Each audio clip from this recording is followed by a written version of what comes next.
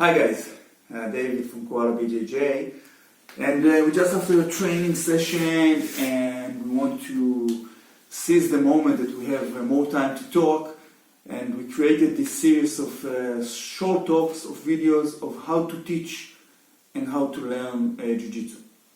I've been teaching in many different aspects, many different places in the world, many things from computer science and math and history, through martial arts, and I've been doing martial arts for the past 30 years, and I have my own view on how to teach and how to learn Jiu-Jitsu, and I want to share some of those ideas. So it's not another video on how to doing this flying Kimura, but more of how to teach and how to learn.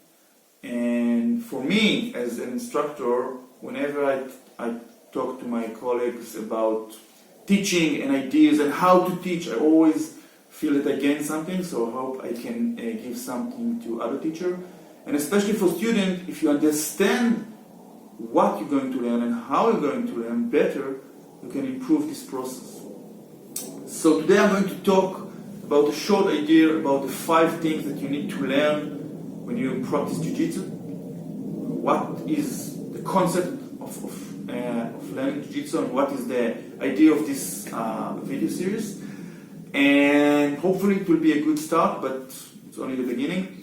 And basically, if you look on Jiu-Jitsu class 20 years ago, 25 years ago, in most places you will come into the gym, do a short or general warm-up like running, jumping jacks, push-ups, and then the instructor will show you like 3 or 4 moves. Here's an armbar from the close guard, here is a scissor sweep, and here's the triangle, here's how you're breaking the close guard, and then you will roll, which is fun.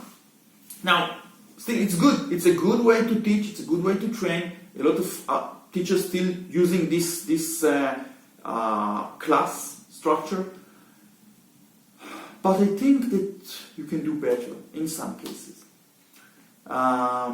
So I want to, and it starts from understanding what you are teaching, what this concept of Jiu-Jitsu is. And well, it's hard to say because first of all, there's another video we are talking about is the goals.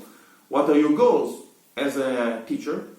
What do you want your student to acquire? And when you train, in the first day, people come to the gym and say, "Yeah, I want to be fitter. I'm too fat. I want to do some training, or I want to be tough. I want to do martial art. I want to learn self-defense. I saw it in the UFC." They have a lot of ideas why they enter the gym.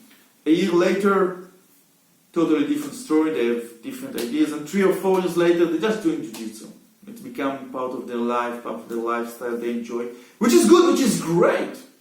But creating a process without a goal is always hard. And again, there's difference between competitor and casual trainer and the age. Everything should go into this equation. We'll talk about this in length in another video. But right now I want to share the idea of the 5 elements that I think are highly important to teach. Basically, this is what we are teaching, and take them to be explicit in your mind will help you to learn and teach. Now, the first element is simple, is the ability to move, right? We always say that you always can do Jiu-Jitsu, right? Even if you're old, fat, stiff as a board, and so on, which is true. But as you improve in your Jiu-Jitsu, as the journey move on, you have to acquire some skill. How to bridge, how to hip escape, some flexibility, some strength, better mobility. To sit. I always say a person who's doing Jiu-Jitsu enough, if you look at him sitting on the floor, you will notice this is my world, sitting like this. So, as an instructor, you have to improve those skills. It will happen by itself if you roll enough, but this is not the most efficient way to develop a Jiu-Jitsu participant, right? Doing some shrimping in the beginning of the class, other mobility drills, there's a lot. We have a long video talking about this. We'll post it later, but basically you need to be aware that you need to improve your skills your mobility skill. This is the machine, this is the tool that you're using. So this is the first element, it's clear. Second element is also trivial, teaching basic jiu-jitsu move, right? So the second tier of teaching jiu-jitsu is, as always, showing moves. Here's the De La Riva, here's the sweep from De La Riva, here's my enter to Ashigarami, and so on. So the basic knowledge of moves. But here are the few other layers. So the third layer, in my opinion, is taking the move to the feeling, the push and pull, the triggers. When do I go to this move? Now, we always talk about it, right? Classic instructor will say, here, I will hold the De La Riva, I will push him to one direction, he will resist, I will pull him to the other direction. Transfer this knowledge in talk is easy. Drilling it, creating the right partner that will give you the right trigger is much harder. And you must emphasize that knowing that if you go right, I'm going like this, if you go left, I go like this, is not enough. It can't stay here. You must embrace it in your body. You must feel it in every part of your body, the weight of your opponent, his movement. And you need to find a way to drill it. So this is the charge as an instructor, not just saying, yeah, I will push him to the left, he will resist, I will pull him to the right, but find a way to really drill it. And drilling the small elements is the most important. So tier 2 is basic look on a drill. Tier 3 is feeling the move. Tier 4 will be drilling. It will be rolling, right? But it's fun, right? We all love to roll. It's the heroine of Jiu-Jitsu. And it's great. You see what works and what doesn't work. And again, I want to improve this part. I want to take my rolling to be as efficient as I can. How do I do it? First of all, roll with a purpose.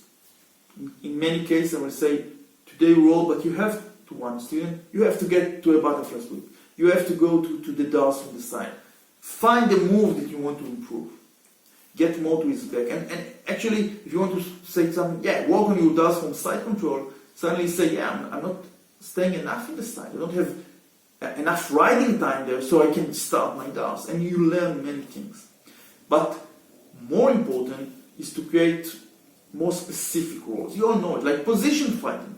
Let's start the fight from half guard. Let's start the fight on his back.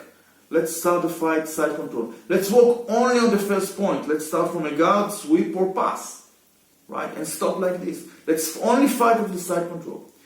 And even lower, let's fight on a very small specific detail. Let's start from half guard and work for the underhook. Let's start from side control and just try to grab a kimura.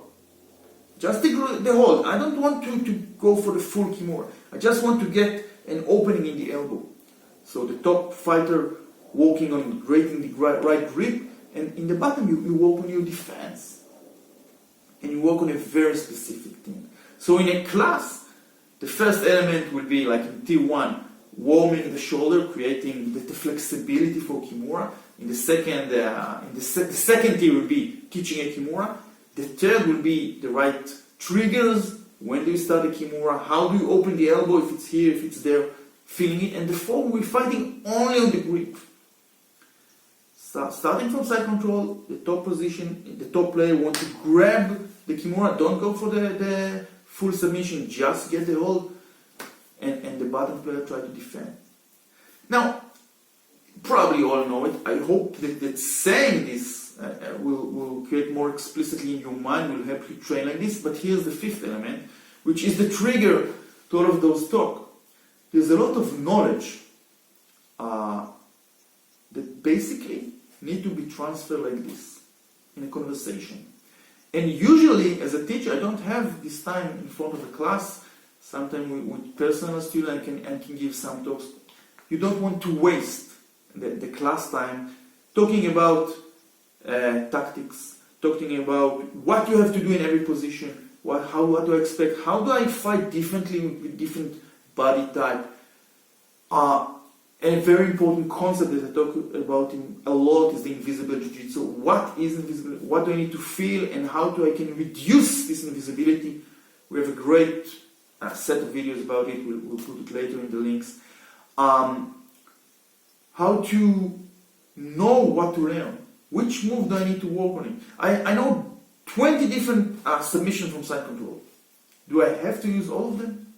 How can a lot of time I say to more advanced students, forget about this technique. You don't need 20 submissions. You know enough to choose the right 5 for you. Choose the right triggers. Link between a move and a trigger. It's a very important concept.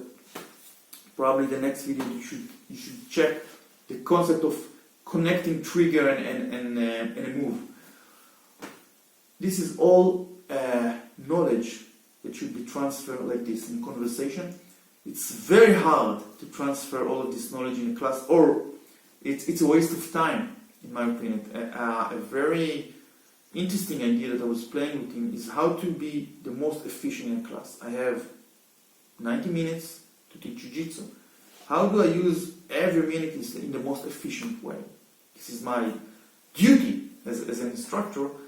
And part of it saying, okay, so let's move some of those talks to this media. So we created this channel. Hopefully it will help you all. There's not much information in this video, so I'm sorry. But you have to, I felt like knowing those 5 elements is highly important. As you can see, English is not my born native language. But I started this video because one of my students was a foreign student and I want him to get this knowledge. So here it is. Hope you enjoy it. Check 1 or 2 other movies talking about those triggers. I think it's the highlight of this channel. And if you enjoy it or if you have any other feedback, I would love to hear it. Keep training and have fun.